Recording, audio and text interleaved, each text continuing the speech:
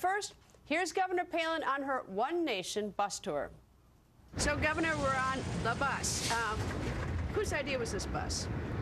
Todd had this idea. He was reading on an airplane some months ago an article by Thomas Sowell, and in this article, Thomas Sowell was talking about our economy and how to get it back on the right track, and how much of the solution has to do with the foundation of America.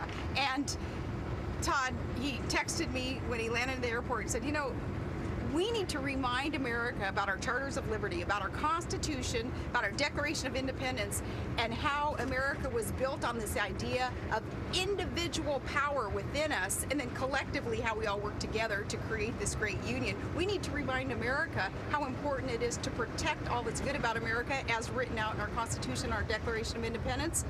Let's go around the country and start talking about it. Greta, we have very, very heady days in front of our country. We're going bankrupt. We have national security issues that I believe are not being addressed adequately. And in order to know where we have to head as a country, we have to know where it is that we came from, what our foundation is. And that's what we're going to be talking about in these days ahead on this tour, highlighting the good things about America, reminding Americans why we need to restore what's good about America so that we can address these tremendous challenges in front of us. The last thing I worry about really is the mainstream media and how they are going to perceive me, my family, my friends as we go along the way this summer. I went on your Facebook page in preparation for this, and you had a posting on the G8, the fact that G8 has pledged money to Egypt, and the United States, I think, is in it for $2 billion. You oppose it. Why? I oppose it. A, we don't have the $2 billion. Where are we going to get it? We're going to go borrow it perhaps from China. We'll borrow money from foreign countries to go give to foreign countries. That's bad enough. What's really bad, though, is not knowing what's coming in Egypt. Their elections are coming up. Who's poised to take control of the Egyptian government is the Muslim Brotherhood. And if that were to happen, there's even more questions as to why would our U.S. dollar go to support a government that perhaps will not be friendly to the American government. We need to make sure that's the whole point. I think the point... What, that we're going to buy their goodwill? Well, look, I'm not suggesting I have the answer for any of this stuff, and I don't think anybody does, but I think the fact that we want to sort of help them have their democratic process, I think that's the thinking, that will somehow, help us rather than hurt us. Then we would be able to buy their goodwill with $2 billion of borrowed dollars coming from the U.S. I don't think so. I'd like to reverse that and say, prove to us, Egyptian government, that you are going to allow the freedom, the democratic principles in your country to allow the individual power of the Egyptian people, and you will be working with America. We can support you, and help prove that you're going to do this first, instead of, hey, here's $2 billion we had to borrow. We'll give this to you, and we'll cross our fingers and hope it does some good. I'd like to see that reverse. We have to start doing things differently than the way we have been doing these in the last few years. Otherwise, as I say, we will be bankrupt. We will continue to have this foreign policy that essentially is snubbing our friends and rewarding those who have not always been good to America, coddling some enemies. We have to reverse that and do some things differently. I think, foreign policy always, is enormously complicated. And, if you take the idea of sort of, buying our friends, Pakistan is a good example, is that the reason we give money to Pakistan, who's not particularly friendly to us at all times, and, of course, bin Laden was there, is that we fear that Iran will move in if we move out. We oftentimes have to do that in foreign policy. Do you disagree with that strategy? I don't disagree with the idea of providing foreign policy if we know that the money will actually go to helping the people who live in a country. If there is corruption in the government and we're still providing borrowed money from the U.S., it doesn't make any sense to continue down that road. That's what I mean by having to rethink the way that we provide the foreign aid. Here, you use Pakistan as an example. That's a good example. Some people are saying, well, what good did it do us to be providing over these years these billions to Pakistan? We're doing that, and yet some are quibbling over whether we should provide foreign aid to Israel, to our allies there, where we have faith that the money does go to help the democratic principles in a country, allowing freedom. And that, of course, is one of the reasons we love Israel, is the freedom that they allow their people. But I guess I go back to Pakistan. Is that suppose that when we give them $7 billion or whatever, we don't know where it goes. And yes, there is corruption in the government. What's the alternative? Just to say simply no and walk away? We can't be satisfied with just not knowing where our billions of dollars would go. How do we do that? How do we do that? That's what Secretary Clinton is for. That is what our diplomats and our bureaucrats are for. They better be doing their job. We want to know where those dollars are going because we don't have the money to be providing foreign countries, not in this day and age when we're going broke, Greta. The United States, the inner cities have unemployment rates they're skyrocketing, 25%, especially in the young African American teenage, 18 to 25 age group.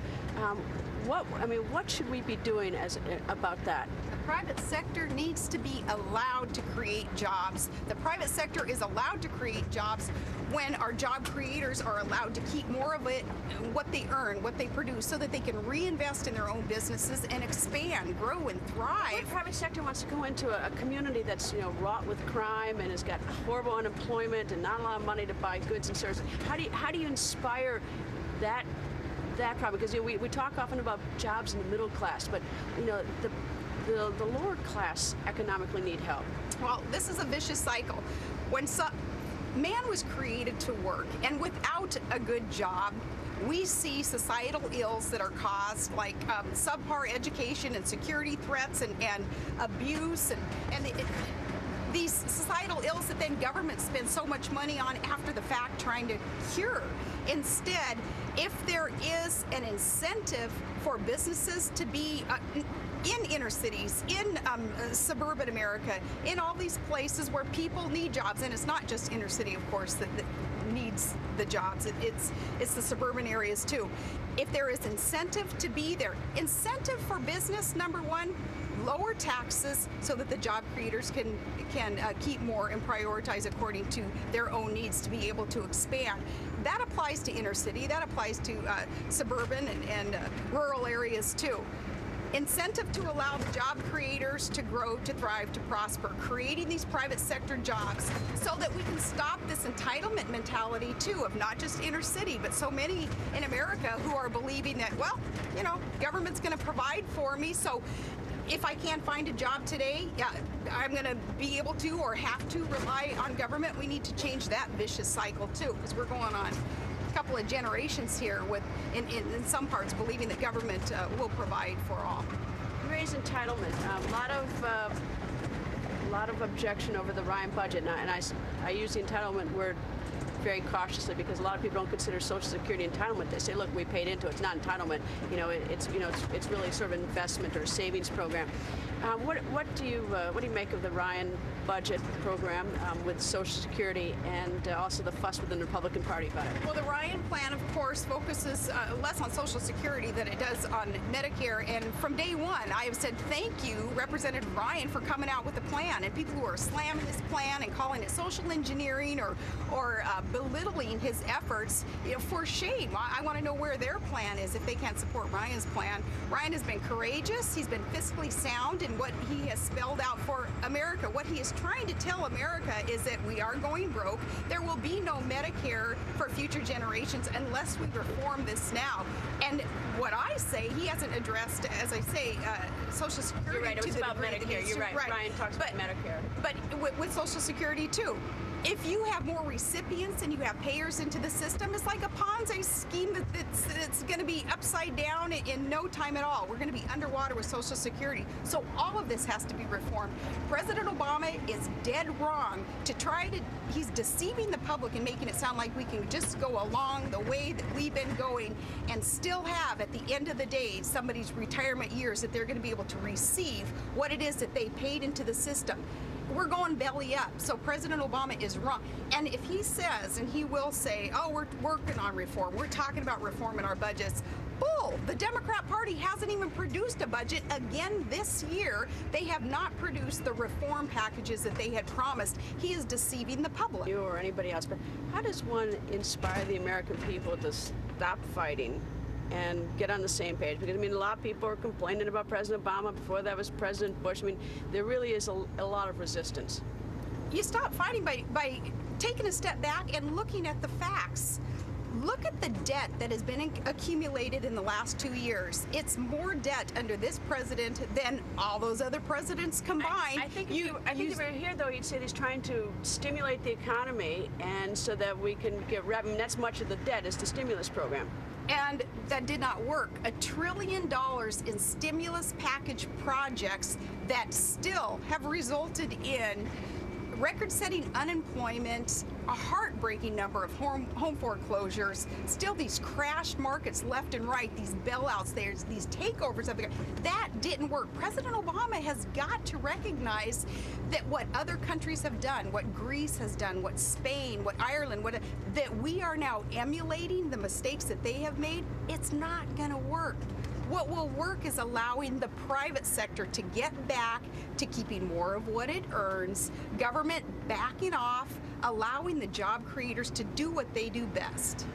You know, listening to you, and I know that you say this isn't a campaign, but you got this bus that's, you know, painted up, and you're making the trip, and you're intriguing all of us. It does look like a campaign. It's painted up with the Constitution and with the "We the People" and with part of our Pledge of Allegiance. It's not pictures of Sarah Palin out on this bus, because this isn't about me. It is about our charters of liberty, and it's reminding especially the school children across America. That's why I have my dad on the bus too as a school teacher. I want the kids across America to realize what it is that built America, how important it is that we restore what's good and free and patriotic about America, so that we can prepare ourselves for the heady days ahead, because we have huge challenges ahead, Greta, and unless we know from whence we came, we will not know how to get to the place we need to be, getting everything back on the right track.